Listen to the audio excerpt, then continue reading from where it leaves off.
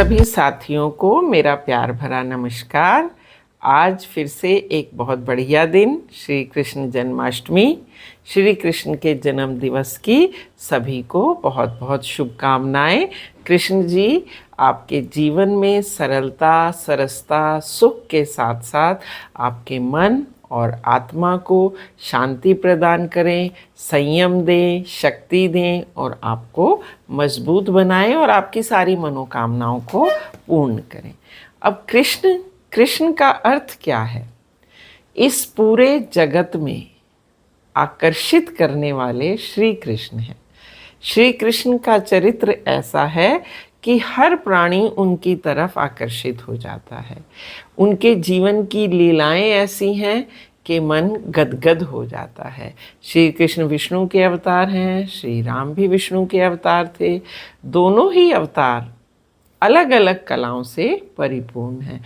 जहाँ श्री राम त्रिवेणी संगम कहे जाते हैं, वो शक्ति, वो शील और वो सौंदर्य के परिचायक हैं, त्रिवेणी संगम कहते हैं।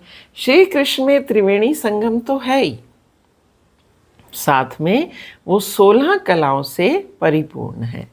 यानी हर एक तरह का चरित्र श्री कृष्ण के जीवन में देखने को मिलता है।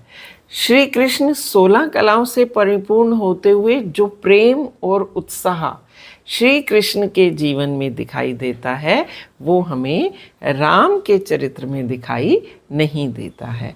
तो जहाँ राम का चरित्र इन चीज़ों से वंचित था, श्री कृष्ण में ये भरपूर दिखाई देती हैं। हर तरह के पल को उत्साहपूर्वक मनाना, हर पल को इतना अच्छे से उसमें रंग जाना कि आज भी जब हम निधिवन में जाते हैं और वहाँ ये सुनते हैं कि रात को यहाँ रासलीला के लिए श्री कृष्ण जी आते हैं, तो मन एकदम कहता है अरे हम भी रुकते हैं, देखते हैं। वो तो क्या है क्या नहीं वो तो आप सबको भली पूर्वक मालूम है, लेकिन मन में एक ये एहसास होता है कि वो पल कितना महान होता होगा कि जब श्री कृष्ण गोपियों के साथ, राधा के साथ रास रचाने के लिए निधिवन में आते होंगे। वहाँ के लोगों को आवाज़ें सुनाई देती हैं, तो सुन के ही ना एकदम रोमांच हो जाता है कि जब ये चीज़ें रही होंगी तब कैसा रहा होगा।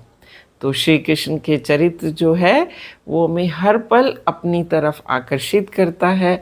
कृष्ण अकेले हैं ऐसे जो दुखों के सागर में एक द्वीप के समान है कि अगर हम श्री कृष्ण महामंत्र का जाप करते हैं, आप देखिए वृंदावन में जाओ तो हर एक की ज़बान पे कृष्णा कृष्णा, हरि बोल, राधे राधे, राधे राधे। तो ये क्या है? ये सिर्फ अपने मन को, हमारे संयम को, हमारी आत्मा को तृप्त करने का मंत्र है।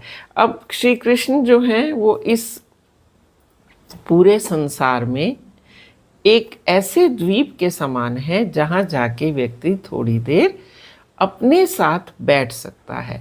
जीवन में कितनी ऊंचाइयां नीचाएं, कोलाहल और पता नहीं क्या क्या परेशानियां चलती रहती हैं, लेकिन जैसे ही हम कृष्ण महामंत्र का जाप करते हैं, सब परेशानियां अपने आप दूर हो जाती हैं।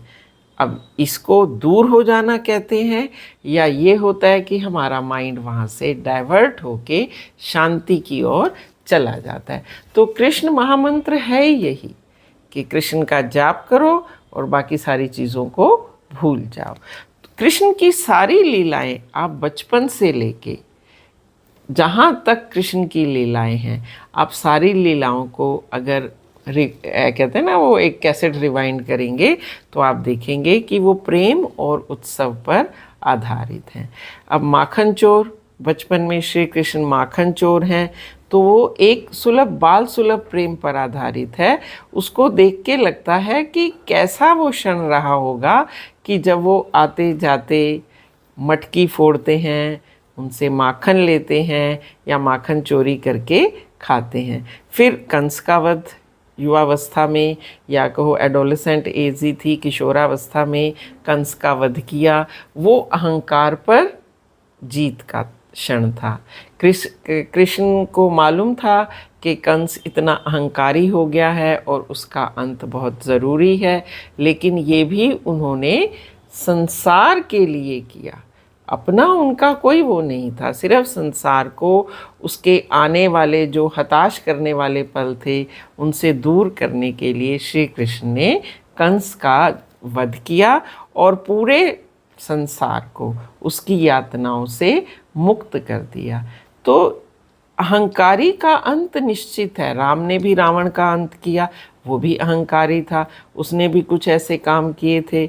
लेकिन उसके बाद सबसे बड़ी बात, श्री कृष्ण उस वहाँ जो मथुरा थी उसका राज्य उन्होंने किसी और को सौंप दिया। तो कहने का मतलब है कि कृष्ण कहते हैं कर्म करो संसार के लिए। जैसे उन्होंने अर्जुन को महाभारत में उपदेश दिया तो उन्होंने भी यही कहा कि ये जो कर रहे हो ये तुम अपने लिए नहीं कर रहे, ये मेरे लिए कर रहे हो, इस संसार के लिए कर रहे हो। तो इसी तरह के सद्गुणों के कारण ही कृष्ण जो हैं वो सबको प्रिय हैं। और कृष्ण को प्रिय कौन है? उनकी मुरली। मुरली क्या है? एक खाली बैम्बू है, लेकिन उसमें 8 छिद्र होते हैं। वो 8 छिद्र इस बात का परिचायक हैं कि अगर हम अंदर से पारदर्शी हैं, अंदर से यानी अंतःकरण हमारा निर्मल है और पारदर्शी है, तो हमें ईश्वरीय कृपा मिलेगी ही मिलेगी, उसकी अनुभूति हमें ज़रूर होगी। तो कृष्ण की जो हर वस्तु है वो हमें किसी न किसी रूप में कोई ना कोई संदेश ज़रूर देती है। मेरे से बहुत ज्ञाता हैं जो इन चीज़ों को जानते हैं, मैं तो बस थोड़े से अपने भावों को इकट्ठा करके आप तक पहुंचाने के लिए ये व्लॉग बना रही हूँ कि कृष्ण जी की आराधना हमें जहाँ संयम और मजबूती प्रदान करती है वहीं शांति भी प्रदान करती है। तो सभी भगवान अपने हैं, किसी का भी नाम लीजिए। आज कृष्ण के जन्म दिवस पर कृष्ण महामंत्र का जाप करते हुए इस व्लॉग की समाप्ति करते हैं। हरे कृष्णा कृष्णा कृष्णा हरे हरे, हरे राम राम राम हरे हरे। कृष्ण जन्माष्टमी की सबको बहुत बहुत शुभकामनाएं। मंदिरों में जाइए, कृष्णा जी के दर्शन कीजिए, लड्डू गोपाल को झूला दीजिए, भोग लगाइए, माखन मिश्री घर में बनाइए और कृष्ण जन्माष्टमी धूमधाम से मनाइए। नमस्कार, have a nice day and good bye.